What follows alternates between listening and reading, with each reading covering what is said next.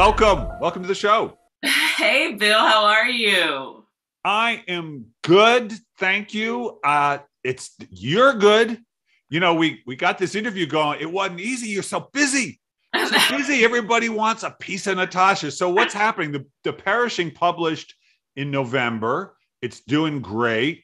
How's your life? I mean, this is your second novel, and the first one did great too. But I know this one's doing. And so, what's been happening for you since then? Oh, wow. I'm just coming off of this weekend was the NAACP Image Yeah, Awards, yeah. where I was nominated in a short group and I was completely honored and walking What's around. that like? It is amazing. It's Is it? really, yeah, there's Samuel L. Jackson, Yeah.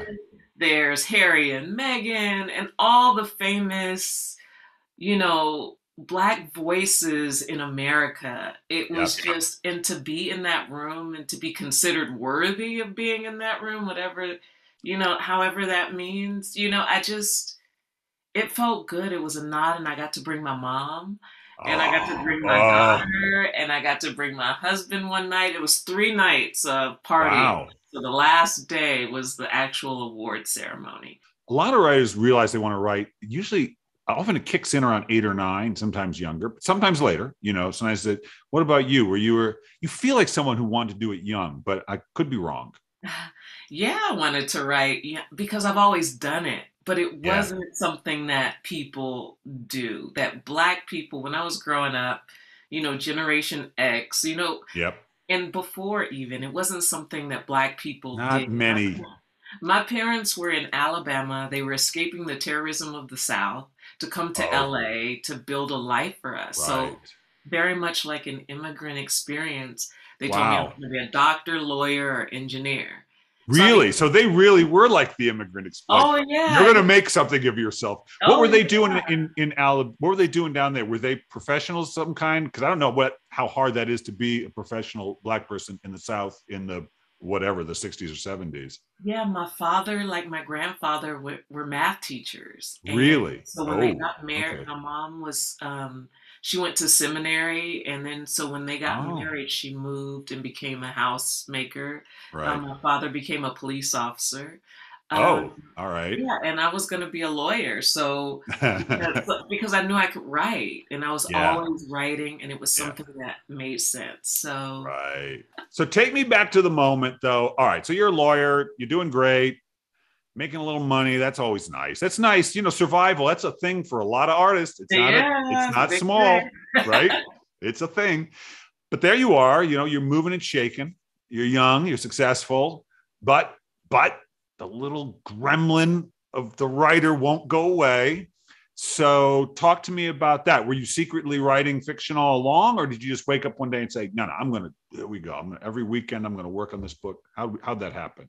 No, not at all. I was getting ready. Well, let me just start by saying inspiration for all writers comes from different places. Right. So for me, I had written screenplays, like short screenplays, short, Oh, okay. because I thought I can get the writing out like in little spurts. I wasn't a poet and I knew I wanted to tell stories. And that was all the experience that I had. And one day I had just had my son, who is my second child, and I was walking down the hallway and I had this, I can't describe it any other way than that it was an experience. Okay. I it was early, it was about 10:30 in the morning. I have a big window in my hallway, light was coming in. I was holding my son and all of a sudden it was night. And I was in the woods. I was standing in the woods in Alabama where I used to spend time as a kid in the summers. Right. And then I remember thinking, oh, okay, I just didn't wake up. I'm still asleep. I didn't wake up. And I'm standing here, and I'm not holding my son. And I remember, but I didn't let him go. And I remember this woman was running past me, and Holy she was smokes. it. She was in a yellow dress. It had blood on it, and this terrible thing happened. And all of a sudden, it was daytime again. I'm standing in my hallway holding my son, and I Wow. was. And at the time, because I thought I was dreaming, and I was telling myself that I was dreaming, um, I wasn't terrified, but when it was over, I was terrified. So I went and gave my son, my infant son, to my husband. I said, I have to write down what just happened. Wow. And it ended up being chapter one of Grace, my first novel, largely unedited, except for the voice, because I could hear this person's voice as she was running. And I just softened the voice and it became chapter one 7 years later. I never changed it, and it became the impetus and the spark for Grace. And people will say, do you think it was like I don't know, a visitation or a dream or whatever? And I still can't explain. People will tell me what it was, and I'll just say, this is just what happened. You want to Right. know what I saw? Read the opening chapter of Grace. Wow. And so I don't know where it came from. I have no, real explanation other than to say what happened. And then The Perishing, this book, came a similar way, except I was asleep and had what I would describe a nightmare. I was Yep. in love in the dream, and then it turned bad. And I researched, is it possible for these people to have ever existed? And then that's how I discovered in the way Columbus discovers, but discovered the massacre of 1871, the Chinese massacre, and it became chapter 35 of the book of The Perishing. So it doesn't Wow. open The Perishing, but it's in there. And in both cases, the rest of my novel didn't come that way. It was like Right. hard work figuring out what the plot Right. was, the Right. story was. But I kept them both because I wanted to honor these stories and these happenings. And I know it's weird. I know it No, sounds. hey, I love it. I love it. So what was the stuff? What did you get intuitively besides that image, but just in terms of writing did you have, and what did you really have to learn? I had to learn everything other than storytelling. Okay, so let me explain. So, and I know you talk about craft a lot. So I compare when I talk to my students, I say if you decided you wanted to be a sculptor, there's one thing to make things out of Play-Doh and even be really good at it.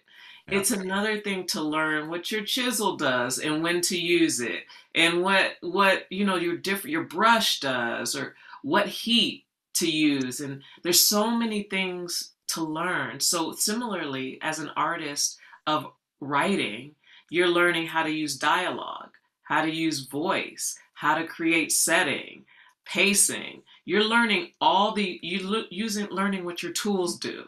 And sometimes you're good at it, sometimes you have to work. So I had to learn how to use each tool, Right. characterization. Right. Um, what narrative voice? So struggling, do I want to write this as first person or third person close, Right. or or second person or Right. whatever. Right. So learning that those even exist, I had to learn the craft. So I wasn't just somebody who wrote a book. I wanted to be an artist. So, okay, so here you are. You're on this ride. It's going pretty well.